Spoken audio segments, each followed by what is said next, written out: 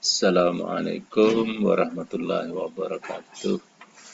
Selamat pagi dan salam sejahtera bagi kita semua.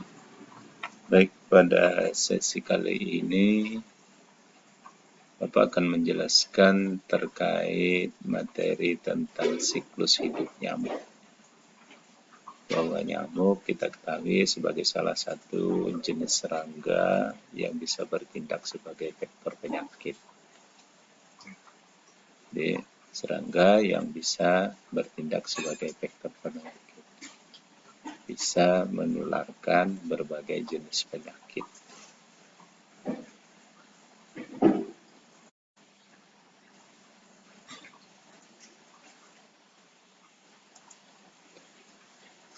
Dalam kehidupannya, nyamuk itu memiliki proses siklus hidup yang sempurna. Di sesi sebelumnya mungkin sudah ada dijelaskan materi tentang siklus hidup serangga, yaitu sempurna dan tidak sempurna. Yang sempurna itu memiliki 4 tahap, sedangkan yang tidak sempurna itu ada 3 tahap. Jadi nyamuk itu dalam siklus hidupnya mengalami 4 tahapan, ya, mulai dari telur, larva, pupa, dan nyamuk dewasa. Dalam proses siklus hidup ini, setelah nyamuk jantan mengawini nyamuk betina, mereka akan segera mencari darah untuk menutrisi telur-telurnya. Jadi, fungsi dari darah itu adalah untuk membantu proses pematangan telur. Ingat, dalam bioekologi nyamuk bahwa nyamuk betina yang hanya menghisap darah, karena dia punya telur dan untuk proses pematangan telur maka dia menghisap darah. Umumnya diperlukan waktu sekitar 3-4 hari setelah menghisap darah sampai telur terbentuk, ya. Jadi umumnya diperlukan waktu sekitar 3-4 hari. Tapi sangat tergantung dari proses dan faktor-faktor lain yang berpengaruh terhadap kelengkapan dan lama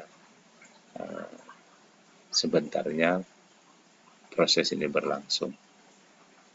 Ini ada beberapa gambar ya, untuk lebih memperjelas ya. Ini ada 4 tahapan dalam siklus hidup nyamuk ya.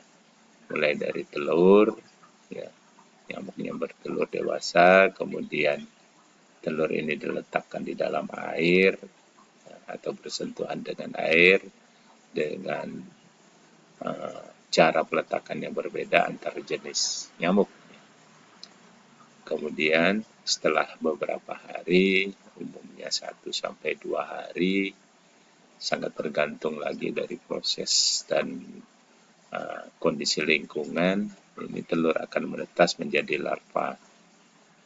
Bentuk larva ini sangat berbeda antara satu jenis nyamuk dengan nyamuk yang lain. Mungkin di materi sebelumnya sudah dijelaskan dan materi-materi berikutnya ada.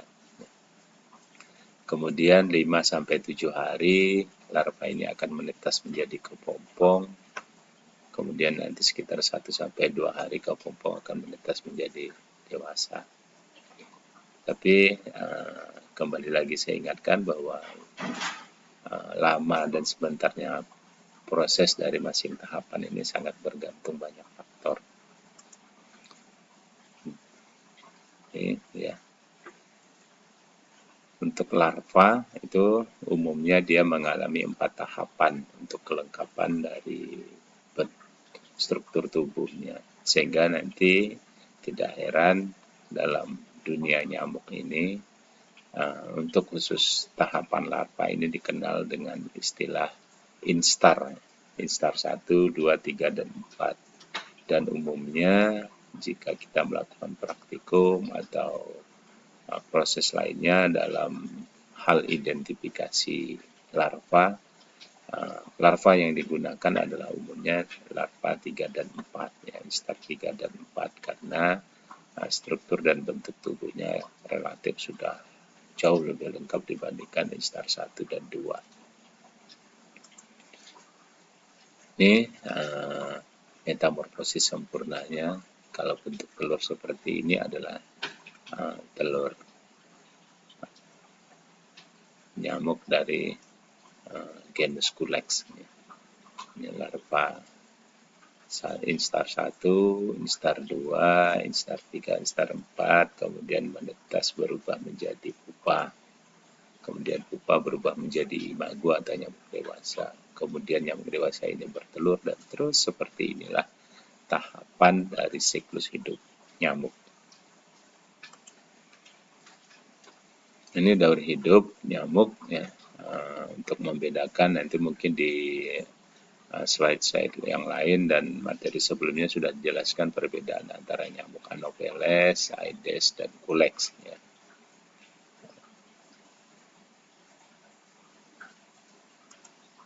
Oke, kita bahas satu persatu dari 4 tahapan atau 4 fase itu. Telur.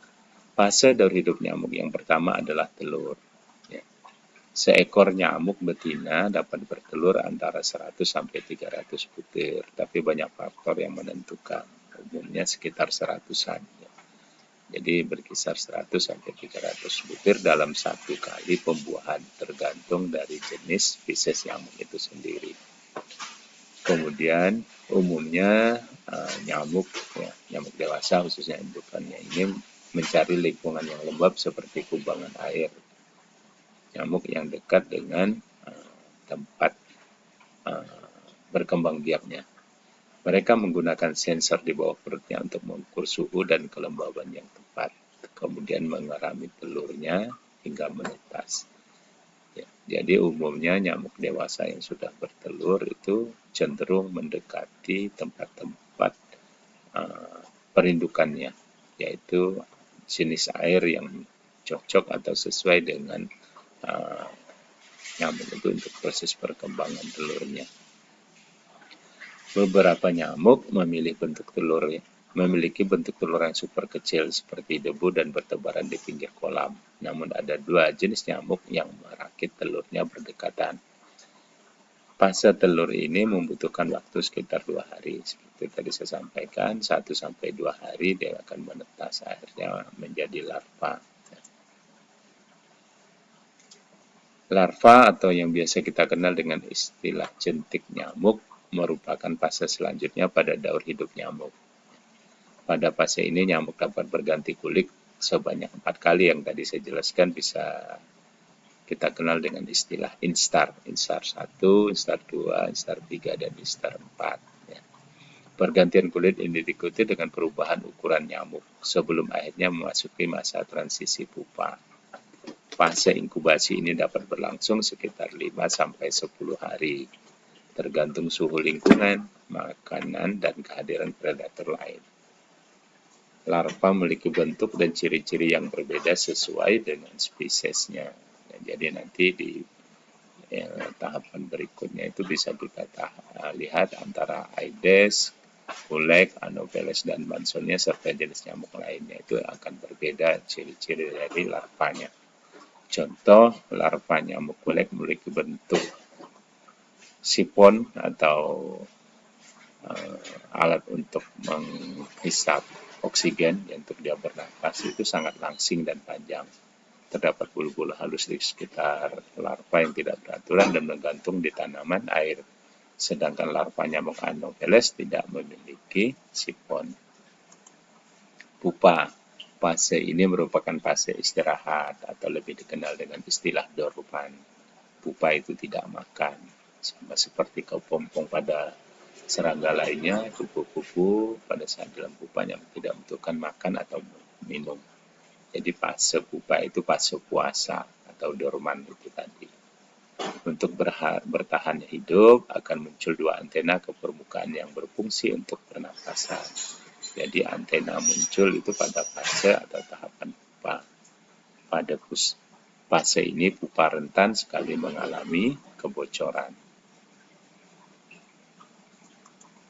Berikutnya adalah nyamuk dewasa. Jadi setelah pupa menetas berubah menjadi nyamuk dewasa atau imago. Setelah organ tubuh nyamuk seperti kaki, perut, dada, sayap, antena, mata, dan belalai ya, terbentuk dengan sempurna, maka nyamuk siap untuk terbang. Nyamuk dewasa umumnya beristirahat sebentar di atas permukaan air, ya, atau di permukaan air tepatnya, untuk mengeringkan tubuhnya agar bisa terbang. Umumnya nyamuk jantan akan keluar terlebih dahulu dari kepompong, kemudian disusul dengan betina. Ini adalah merupakan fase terakhir sebelum nyamuk-nyamuk dewasa ini kembali bereproduksi dan mengulangi proses hidupnya. Ya, jadi daur hidupnya dimulai kembali setelah nyamuk dewasa itu menetas. Ya. Kembali nanti terjadi proses perkawinan antara nyamuk jantan dan betina. Kemudian nyamuk betina akan bertelur.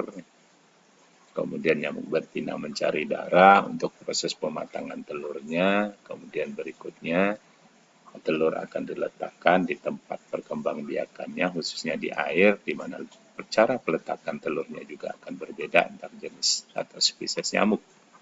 Setelah beberapa hari, setelah tersentuh atau bersentuhan dengan air, telur itu akan menetas menjadi larva. Kemudian larva berkembang dengan mengalami 4 tahapan atau 4 fase juga yang kita kenal dengan istilah instar 1, 2, 3, dan 4. Setelah itu, larva instar 4 akan berubah menjadi pupa. Setelah beberapa selang, pupa ini merupakan fase tidak makan dan tidak minum. Itu akan terbentuk untuk mempertahankan hidupnya. Pupa itu akan keluar dari tubuhnya itu antena. Ya. Cerobong ini di atas kepalanya, ya, atas untuk proses untuk dia bernapas atau menghirup oksigen. Setelah beberapa hari, pupa ini menetas menjadi dewasa. Dan seperti itu seterusnya proses atau siklus hidup dari nyamuk. Baik, demikian yang bisa saya sampaikan dalam tahapan atau sesi kali ini, yaitu sesi tentang siklus hidup nyamuk. Mudah-mudahan apa yang disampaikan ini bermanfaat dan berguna bagi kita semua, khususnya adik-adik mahasiswa untuk mempelajari atau memahami sedikit tentang siklus hidup nyamuk. Silahkan cari materi dan tambahan lainnya yang terkait tentang siklus hidup nyamuk ini dari berbagai jenis spesies nyamuk. Mudah-mudahan itu bisa membantu dan menambah wawasan Anda terkait tentang nyamuk. Demikian yang bisa saya sampaikan, kurang lebihnya saya mohon maaf. Saya akhiri, wabillahi taufiq wal hidayah. Assalamualaikum warahmatullahi wabarakatuh. Selamat pagi dan salam sejahtera.